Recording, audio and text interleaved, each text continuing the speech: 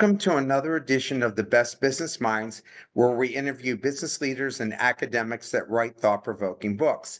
I'm Marc Kramer, a serial entrepreneur who consults with family businesses and entrepreneurs, and currently I'm teaching entrepreneurship at Vinh University in Hanoi, Vietnam. Today's guest is Lori Mazan, author of the book Leadership Revolution: The Future of Developing Dynamic Leaders. Lori, welcome. Hi, Mark. Thanks for having me. Oh, thanks for being here and thanks for writing a terrific book. So, Lori, before we dive into the book, why don't you give us a professional update? How did you get to where you're at now? Yeah, I had a quite interesting journey because I actually started my career as a social worker and did that for a few years. It kind of broke my heart and went and got trained as a therapist and actually hated doing therapy. It was all oriented towards the past instead of towards the future at that time. So I didn't know what else to do at that time. So I became a university professor, which I did enjoy, and eventually went into corporate training and development. And about 10 years after I trained as a coach, I suddenly heard of this profession called coaching. And as soon as I heard about it, I knew it was for me. When I had been training as a therapist, I kept asking this question like, what have you done differently since the last time we spoke?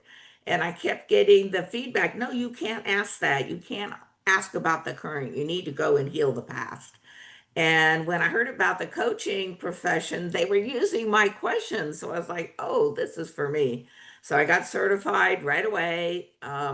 Started a executive coaching practice, which I did independently for 20 years.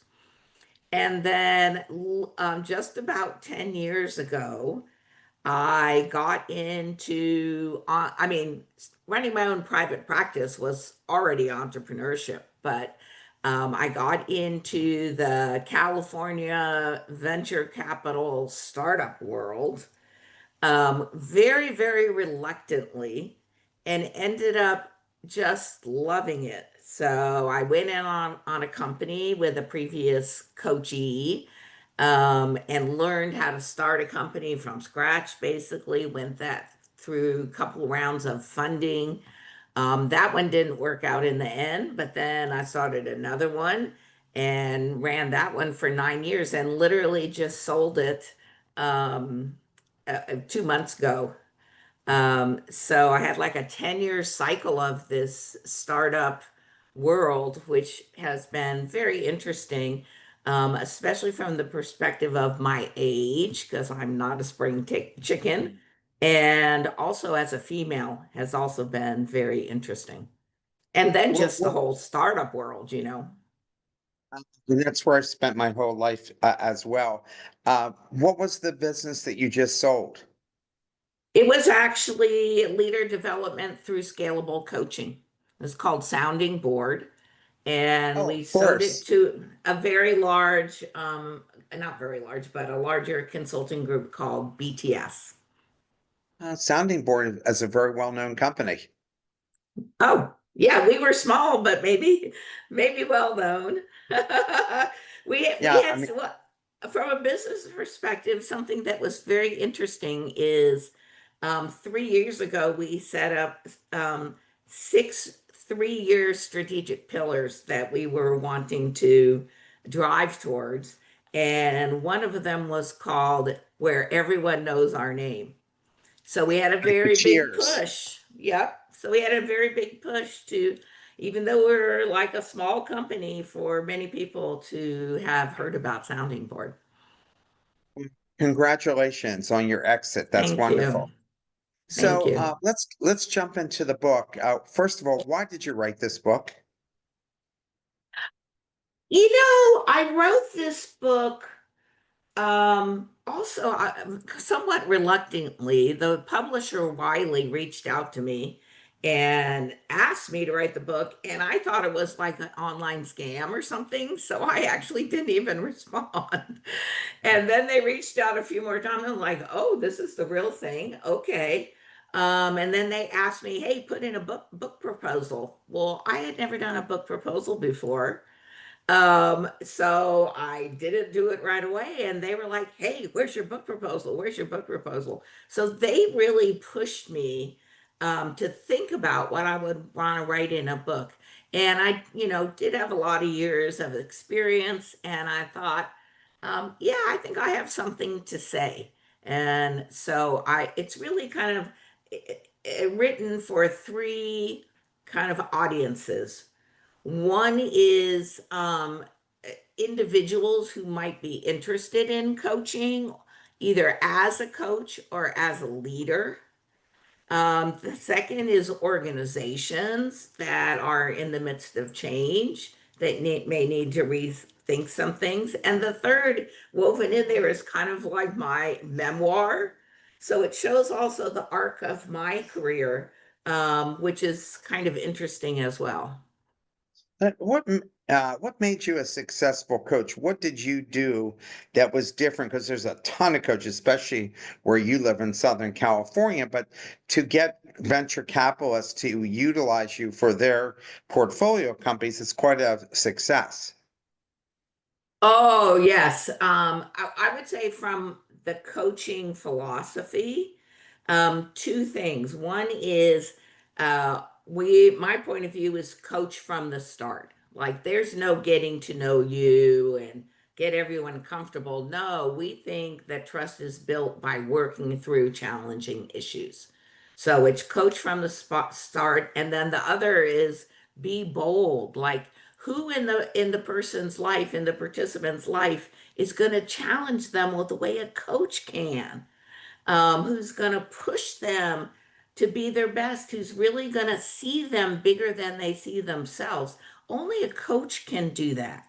And so our coaching and my coaching, Sounding Board's coaching is very bold.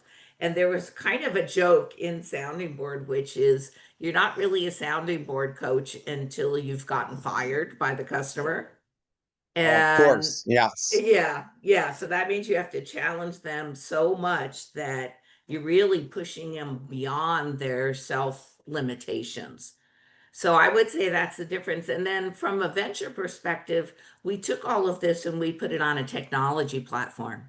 So it was scalable, so companies could put, hundreds or thousands of employees through coaching and have it all really easy to do, have all the metrics you might need to look at success and the impact insights as well, so that know they had a good use of their funds. Um, in chapter one, you describe the tension between authenticity and adopting necessary leadership skills, highlighting the unity of opposites. And I'm quoting that. Could you elaborate on practical strategies that leaders can use to find personal blend, especially when organizational culture pressures them to conform to a particular style? Yeah. So, this is actually a pretty big challenge for folks, but let me start just talking about unity of the opposites. One of the things I did in my life is I've trained now probably 35 years as the Tai Chi Chuan practitioner. So Tai Chi, the thing old people do in the park, but this is the martial arts version of it. And that's where I heard this concept, unity of the opposites.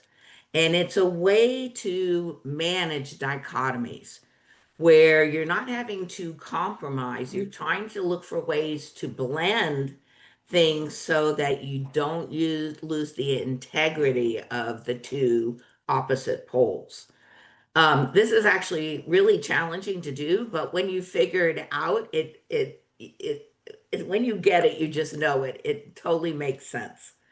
So to say this more practically, I kind of think of it like, as a leader, you're buying a set of clothes from your organization. But those are like ready to wear clothes. So they don't fit you that great, right? They're not tailored particularly to you. So as you're in that organization for a while, you start to tailor your clothes. You start to hem up the sleeves, you start to pull in the waist, you hem the bottom, you start to accessorize in whatever ways you want to. You don't wear the white shirt, you wear the yellow shirt or whatever it is.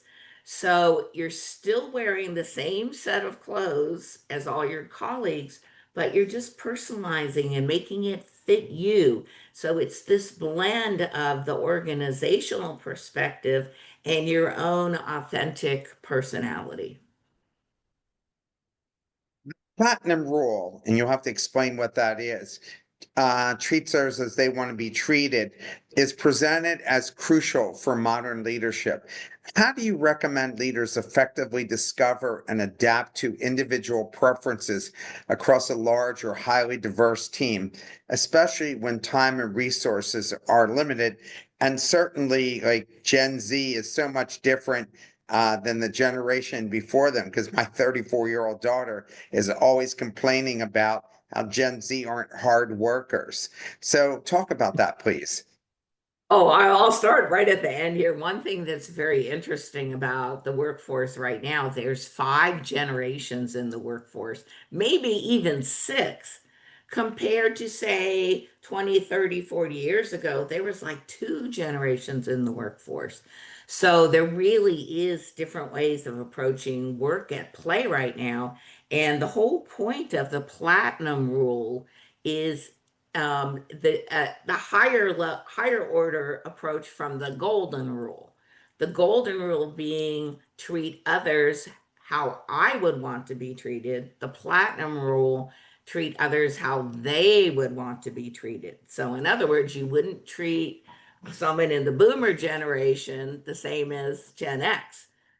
Their whole upbringing, the way they think, what they value, how they operate is different. Now, how do you do this when you have not a lot of time and money? There's a very simple way, and I'm just going to call it empathy, which is it's your job to find out what's important to that other person and try to give it to them from the point of view, motivating them, engaging them, developing them. But if you're never asking them how they think or what they need or what's motivating them, you're never going to find out. So it means letting go of this idea like everyone should be operating the way I operate or the way I operate. It's like the opposite of my way or the highway. Really, the way people are the most productive, you let them do it their way because you're going to talk about the what they need to accomplish, but how they do it is not nearly important as the desired outcome. So you're going to have to realize there's many ways to do things, and some of them may be, not the way I would do it, but that doesn't mean it's wrong. It's just different. So really two Very, parts, opening your mind plus empathy. Yeah. very hard for micromanagers to deal with that. How do Oh, you get 100%. how do you get someone, especially a startup founder, who's used to controlling everything, and now as the company accelerates, it's impossible to control everything. How do Right. you how do you get them to realize that it's time to let go, or they just can't do it and they've got to be replaced, which is the nightmare scenario for any investor. Yes, yes. That was a lot of the work I did in my private coaching practice. And I always talk about it like trying to peel their fingers off of things. So let's say a founder came from a product background, it's really hard for them to let go of being the product leader and instead be the company leader.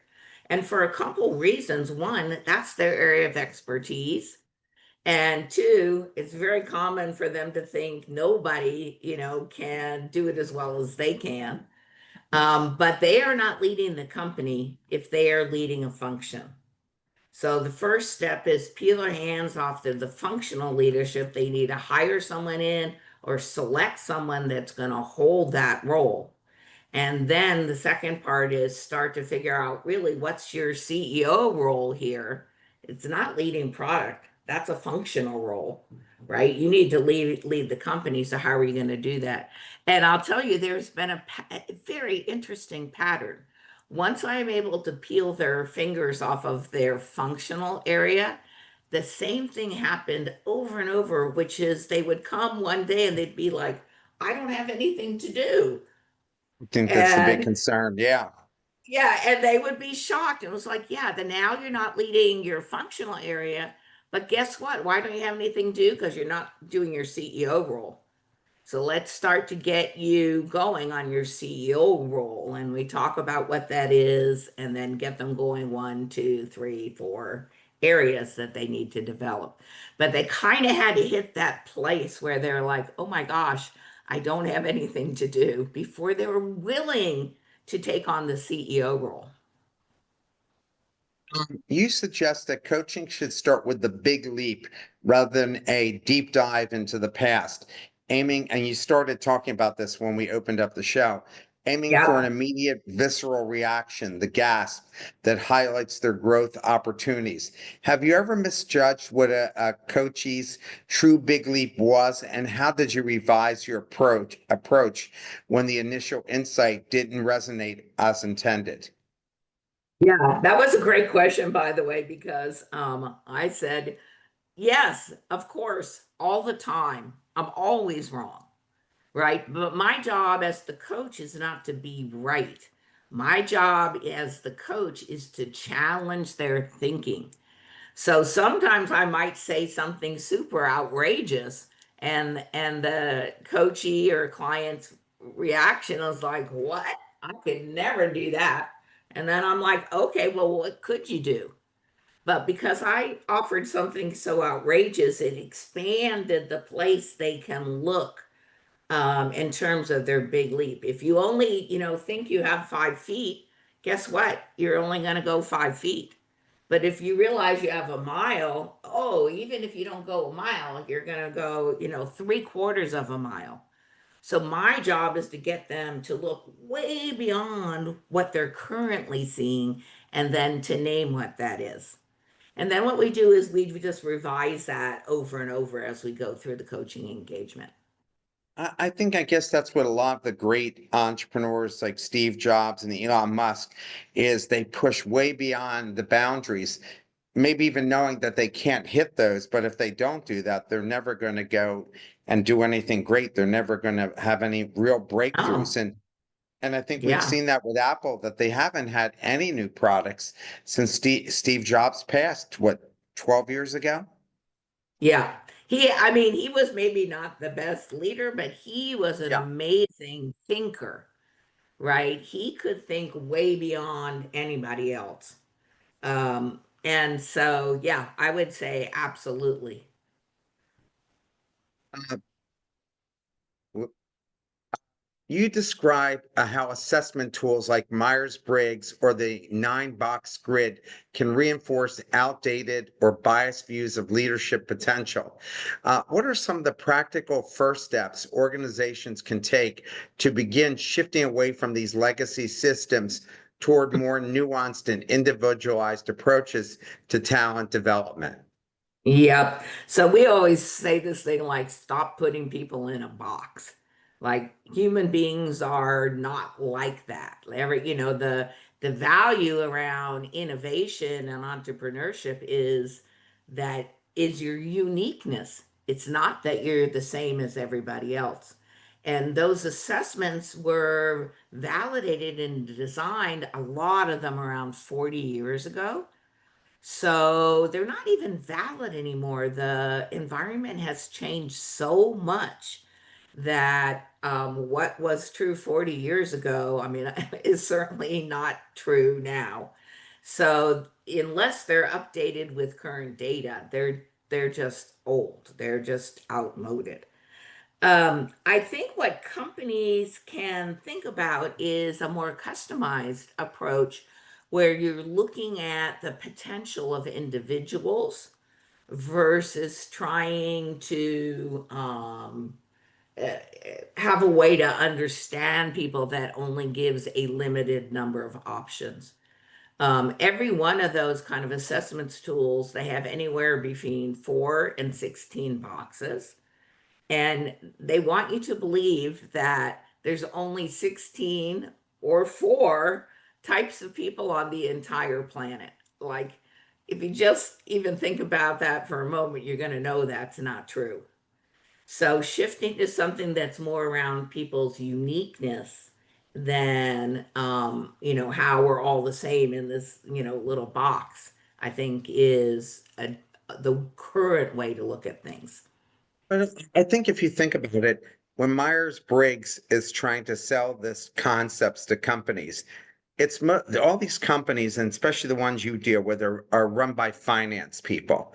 And finance people like simplicity and they like to be able to put people in boxes. And so I'm sure a good Yep. chunk of this was, how do I go and sell this to corporations that they're going to buy?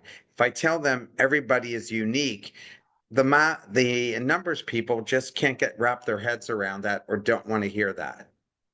Yeah, that's partially true. I also just think it's easier. If you can say this person is like this, Yeah. that's a lot easier. But look, 40 years ago, it was so much more true. You had primarily men in the workforce. You didn't have so many women, right?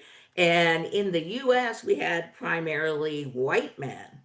And so if you were segmenting it, well, you were segmenting only one section of the population that was working at that time. Now you have so much more diversity. You have diversity of age, generation, ethnicity, background, education, trying to get that all into 4 or 16 boxes, it just doesn't work anymore. So I have to give a little plug for technology because the way Sounding Board was able to do it is instead of having a one-on-one practice, which I had for 20 years, the technology allows a scalable coaching practice, and that's true with assessment or tools that are helping people identify their uniqueness. It can be scaled, right? It doesn't have to be difficult. Even the finance people will like it because it's actually cheaper if it's scaled than it is would be if it's one-on-one. Absolutely. A question from the audience. What is the difference between a business coach and a mentor? Oh, good question. And by the way, whoever asked it, people ask this question all the time. So, a mentor is somebody who has done what you were doing previously. They share how they did it, they share what they've learned up till now. They're sharing their wisdom, their experience, which is super useful. I'm a big advocate of mentoring, but notice the emphasis is on the mentor, right? They're sharing what they know. The difference between mentoring and coaching, the emphasis is on the coachee, not on the coach. It's not about what the coach knows. It's not about what the coach has done. It's about what the coachee wants to do and how are they going to make that happen. So the focus is different. Both are useful, by the way. It's super useful, obviously, to have someone pushing you towards your future, but it's also useful to have someone sharing their hard-earned wisdom with you. The only thing about the mentoring, you have to sort. You have to sort what fits for me and what doesn't. And like a very simple example, when I started coaching, I coached all men because in the US, only men were in leadership roles at that time. So if I'm going to have a mentor, it's going to be a male. Is their experience going to be the same as my experience as a female leader in an organization? Probably not. Can I learn from their experience? Maybe. I can see what happened to them and adapt that and gain some insight. But it won't be the same because our experiences will be different. Okay. And You are coaching focused on the individual. Yeah. You argue that it's much harder, but ultimately more rewarding to develop personalized strategies for cultivating leadership and recognizing potential.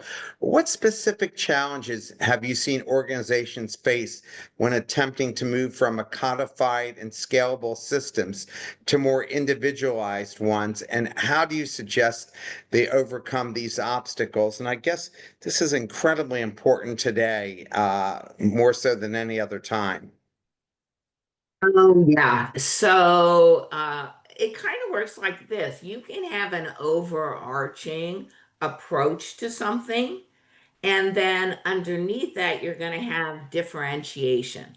This is how the education system works virtually everywhere. You have, a set of things that students are supposed to learn, but students learn at different paces and in different ways.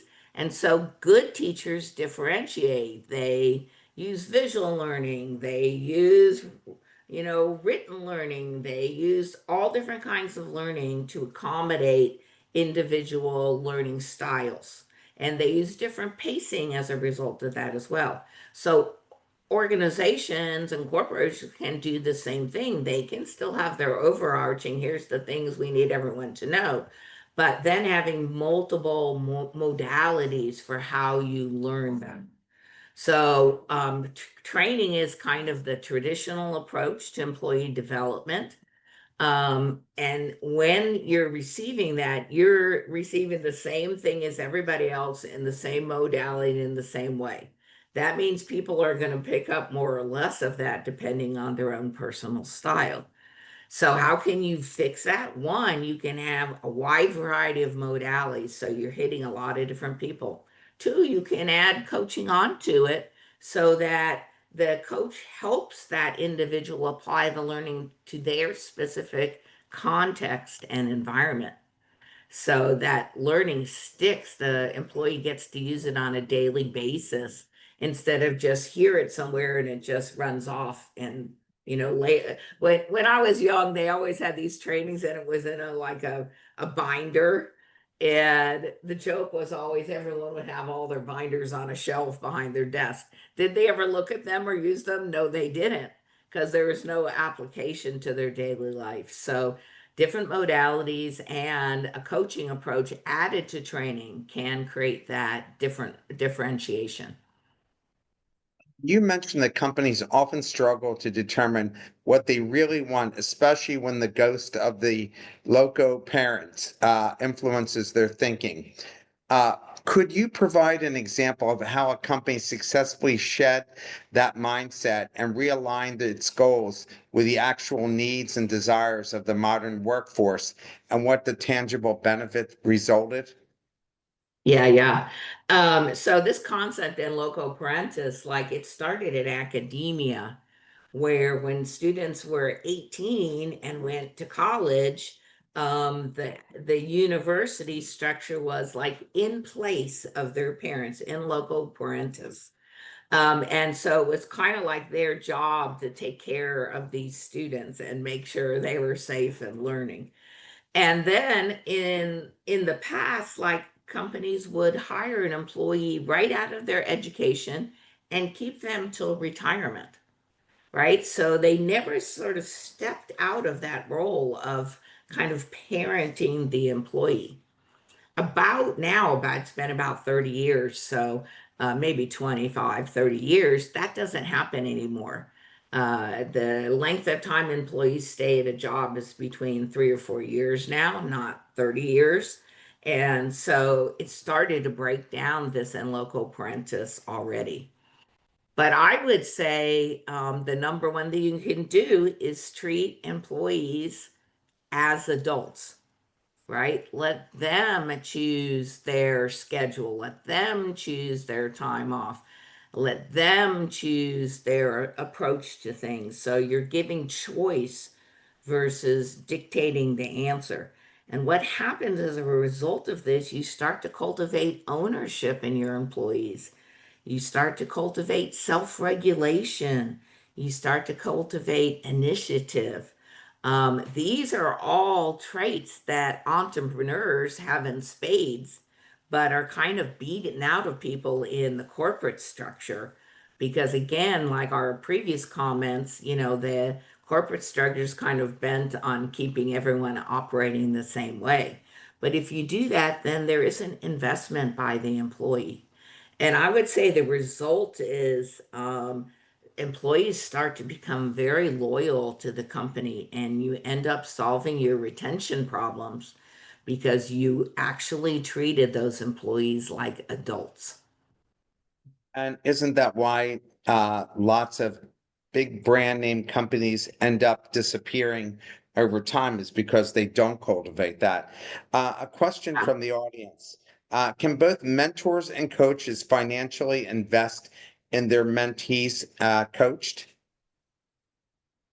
Can they financially invest, meaning they would put money into the mentees like company or something? Yeah. Oh, I think mentors, that's maybe more possible. A coach wouldn't do that though, because one of the key elements of a coaching relationship is neutrality. The coach has to be neutral so they're willing to push the coachee, so they're willing to be bold, so they don't hold back. And if I'm the coach and I invested in the company that coachee is founding or leading, then I may end up pushing that person towards something I think is going to create a financial outcome for me versus what the founder thinks. And it's really that founder's company. I am only an investor in it. I am not the founder as the coach. So I don't invest in the companies that I coach. It just takes away my neutrality. A question from the audience.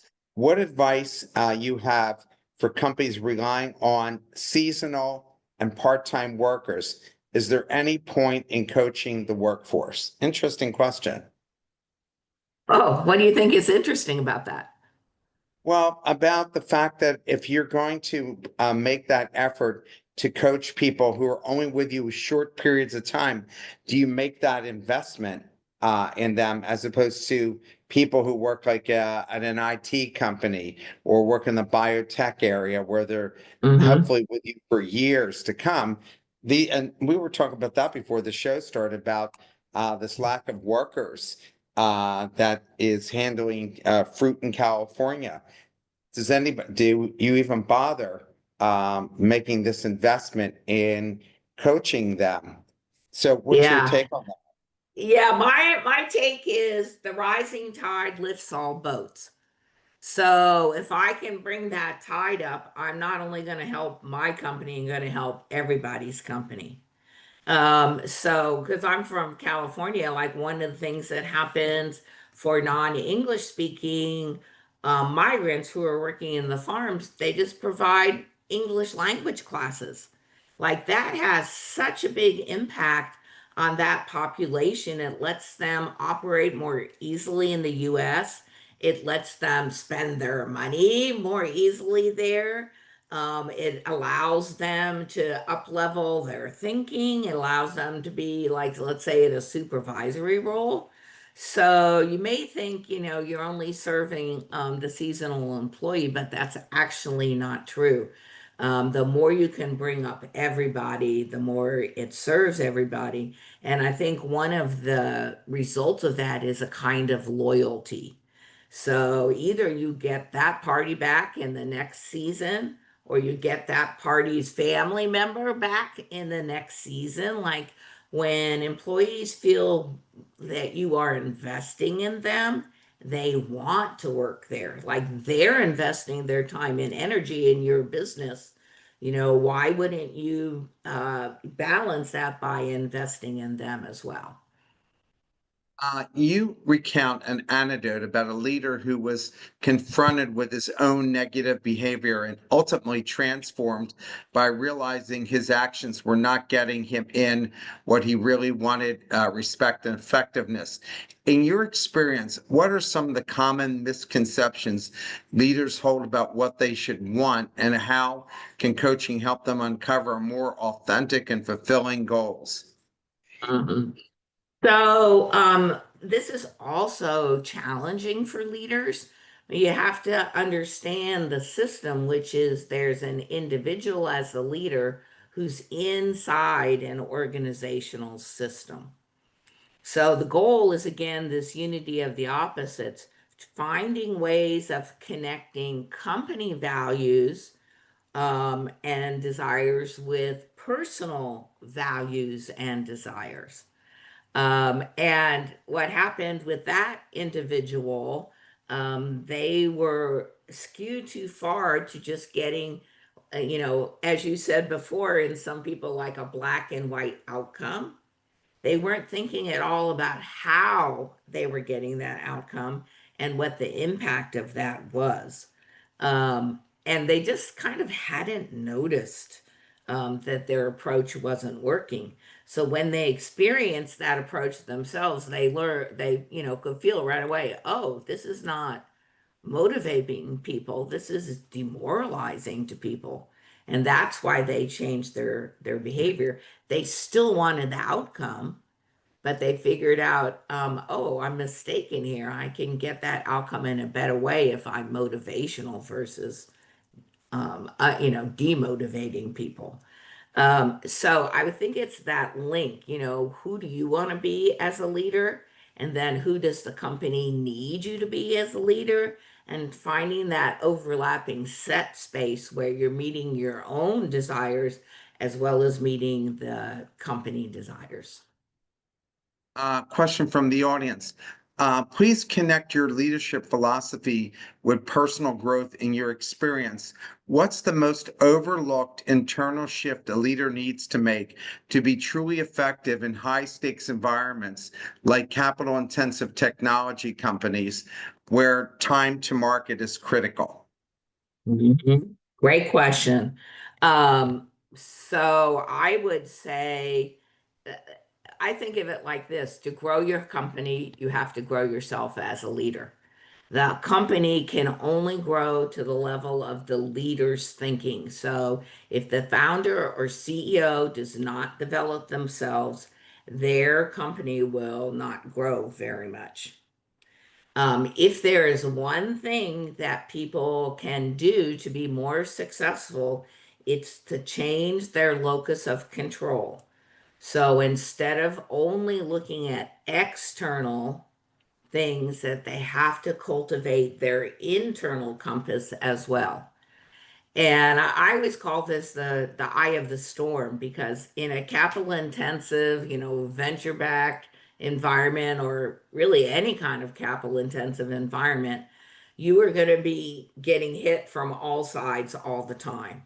And if you are trying to accommodate all those external demands and requests, you're just going to be like in a hurricane constantly, just getting pushed all around.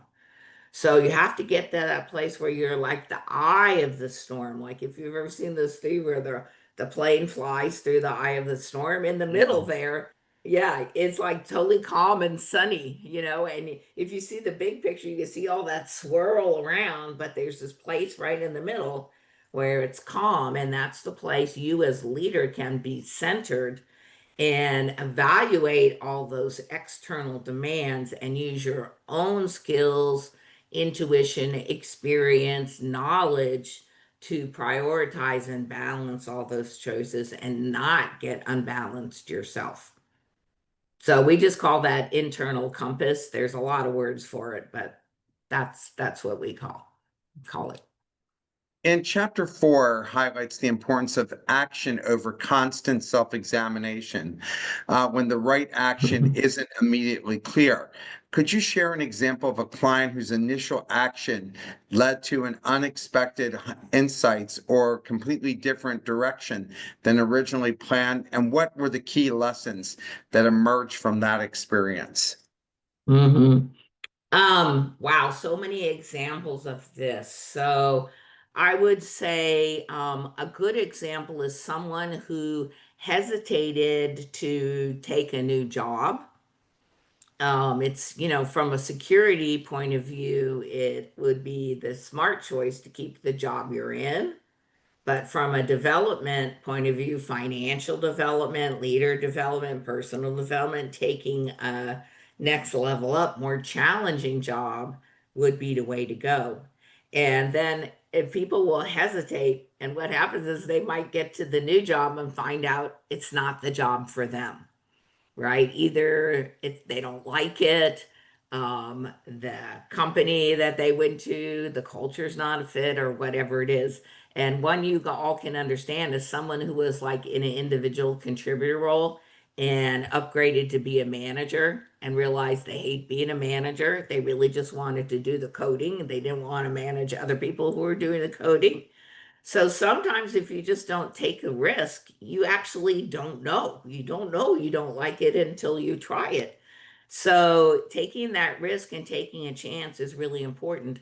And that's really how technology companies function. You're constantly iterating. If you waited till the product was done, you would be shipping it way too late. So what you have to do is iterate on this piece and like, oh, this worked, but this didn't work. Now let's fix that. Oh, that caused that problem. Well, now let's fix that. It's the constant cycle of iteration. And that actually is how it should be, especially now when people don't stay in jobs that long, as an employee or as a leader. I think people do that mostly because they're afraid they are going to fail or they're afraid of what other people think. What do you think of the shift now back to having everybody come back into the office, which I'm actually for? I just didn't understand how you can cultivate managers and leaders if you're not with them on a daily basis. So are we going in the right direction by having people come back into the office again? And were people jumping to wrong conclusions in the beginning about the need to be everybody decentralized and working wherever they wanted to? What's your take on that? And what do you think the future of that kind of thinking is? I am not a fan of required 5 days in the office. I think that's a mistake. At least in the US, employees balk at that right away. It creates a lot of departure from the company. So I would say this again, like the unity opposites. What's missing when people work from home is the kind of collaboration that you can have when you're face to face. But what people are getting when they're at home is the flexibility that they need to operate a life at the same time that they're operating a business. And in my previous answer about treating people like adults, what do adults need? They need flexibility. They need to be able to make their own choices about how their time is working. So, interestingly, Mark, Sounding Board was a completely remote only company. And I would say what happens is you have to put a lot of effort into developing leaders. You have to put a lot of effort into connecting folks. You have to put a lot of effort into making sure that people know what they're supposed to do and aren't just falling off the bus at home, right? But the reality is, even when you're in person, you need to make that effort. And in person, a lot of people don't make that effort. They think it's just going to happen automatically because you're in the office. But look, if everyone's in the office and they're still on their Zoom and not talking to their colleagues, then none of that's happening. What difference does it make at the end of the day? And It doesn't. if you have disciplined people, I was an early user of letting people work from home in 1996. And I said, hey, you can work from home as long as the job gets done. We found a 33% increase in productivity. And the people who Yep. couldn't handle working from home they got the option of coming back, or it wasn't the right place for them. But it Right. basically found that people ended up working way more hours at Yes. home than they ever did working at the company, right? It's just like, Yes. And that happened in the first year of the pandemic too. yeah, yeah. I mean, That just same thing. Yep. And some roles, this is where differentiation comes in. Some roles you need to be in the office. If you're in a biotech and you have a lab, people need to yeah, be in the lab. You can't do those experiments at home. But coding, you don't have to be in the office. In fact, being able to focus in a closed room where no one's talking to you might be better for that job. In my earlier startup, we had just a brilliant coder, but we had the standard like startup open office thing. We had to take a closet and make a place for him so he wasn't distracted by everybody because he couldn't think when all the noise of the office was going on. So, to your point, I think different jobs work better in person versus remotely, and different people work better in person versus remotely. All those introverts that you're forcing to interact with other people 8 hours a day, that's just exhausting them, so they actually can't do their job. All those extroverts that are going crazy in their closed room at home that need to interact with others, they want to go to the office. Young people want to go to the office. They need a social life, right? Older folks maybe don't want to go to the office. All that commuting and driving is hard on their system. So that's why some version that's hybrid is really the answer in my mind. And look, it just means thinking through it a little bit. It doesn't mean you can't have a policy. You can, but you got to think through it a little bit so that it not only works in your mind, but it works in the employee's mind as well. yeah, I agree totally about the hybrid situation. And it's a good way to retain people, and it's a nice break from everybody, because what do most people find when they're in the office every day? Their day gets chewed up by meetings, and they feel like they've accomplished nothing. And Exactly. I know my boss and even myself, we try to work a couple days a week out of the office just so we can get stuff done. Right. Right. And And yet that relationship part is important too. So if you know you're going to go to the office one day a week and it's going to be all about relationships, you're not going to be planning to get work done. Then you do your work on days 2, 3, 4, 5. And chapter 5 emphasizes the importance of naming and acknowledging emotions when Mhm. processing failure rather than suppressing them with logic. Can you elaborate on specific techniques or questions you use to help coachees identify the underlying emotions they may be avoiding, and how does this process differ from when working with individuals from traditionally old school professional backgrounds where they drank it out of their system, right? Yeah, yeah, they really did force it out of their system. So, I what I often do is I ask them first, how do you feel about that, whatever it is? And invariably they come back and they say that they are frustrated because frustrated is kind of a neutral office word that you can say that doesn't really mean anything. So then I ask them a few more questions to see what was going on, and I'm going to offer them, oh, well, it's not exactly that you're frustrated, you're actually disappointed. You're disappointed in yourself, or you're disappointed in your colleague, or you're actually angry, or you're actually furious that you did all this work and now your project was canceled, right? I name the emotion for them and then wait until they acknowledge it. And then they'll start saying it themselves.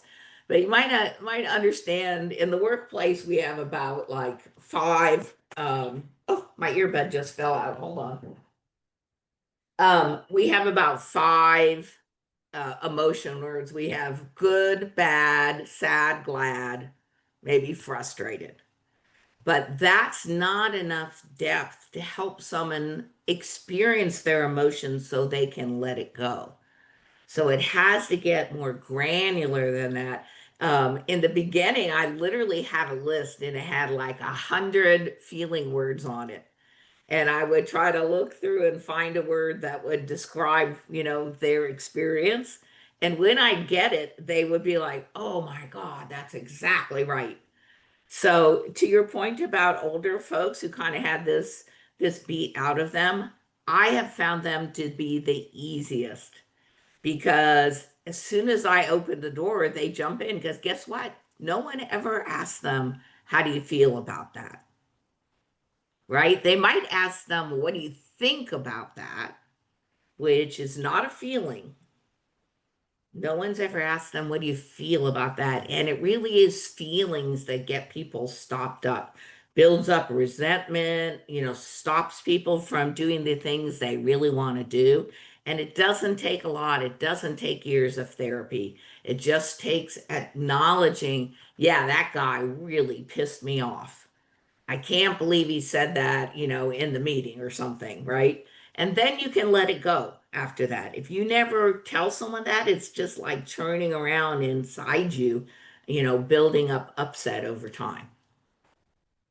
In chapter 6, you distinguish between horizontal skill acquisition and vertical capacity judgment development, arguing that both are necessary, but that the vertical is often overlooked.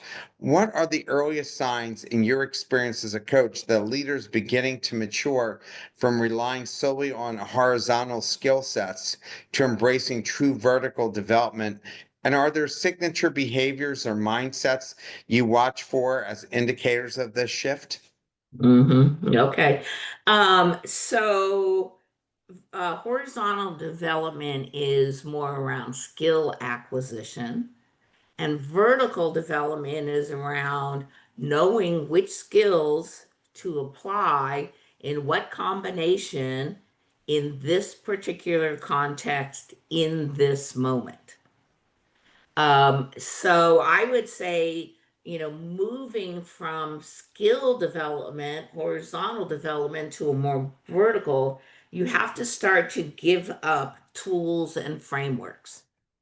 Because again, those are useful when you're learning, but when you're talking about in this moment, in this context, tools and frameworks aren't going to help you because they're not going to have any information about that specific moment.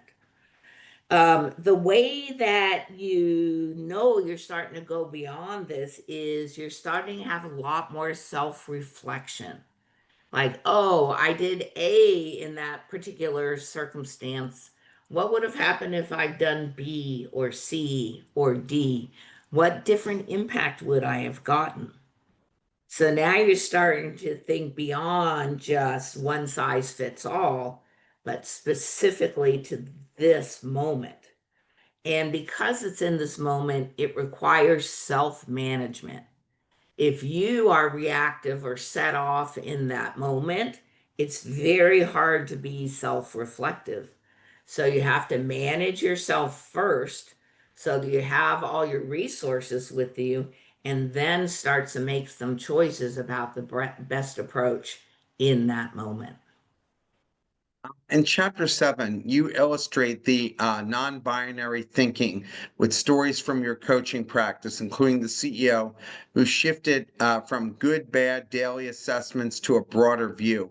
What are some practical daily habits or reflection techniques leaders can use to catch themselves slipping into those binary patterns and to reinforce the practice of seeking multiple and creative options over time? Yeah, that was another great question. So that example was a guy who was the CEO of a company. He had been the founder and then IPO'd and became the public company CEO, which doesn't happen that often. So this is a guy who had a ton of experience. And we were talking about non-binary thinking because he was concerned his executive team was like just doing everything they had done before, not being innovative, not being creative. And so he was like, "Well, I'm like the most non-binary thinker." And then, like 2 minutes later, he tells me the story. "Oh, every day when I'm going over the bridge, I think if my day is good or bad." And I was like, "What?" That's the most binary thinking right there. And he was shocked. He didn't realize that he was doing it. And I said, "Oh, so you need to change your thinking so your employees, leaders change their thinking." So one thing you can do, notice anytime it's an A or B choice. If it's you or somebody else and they're saying you can drive or you can walk, right? Anytime, then you're going to say, what are my other options? What's my third right answer? Can I fly? Can I crawl? Can I ride a bike? And you want to expand the options from only two to at least three or more. And the other Yeah, is yeah, sorry. go, no, go ahead. I was just going to say the other thing is you have to be careful when you're asking others because we ask, "How was your day?" and that elicits the response, good or bad, right? So if you say, "Tell me about your day," you're going to get a bunch of different experiences, some good, some bad, some in between, right? You're going to get a range instead of just a basically A or B answer. How much did you getting psychology training help you in being a coach in combination with the fact that you actually ran two companies?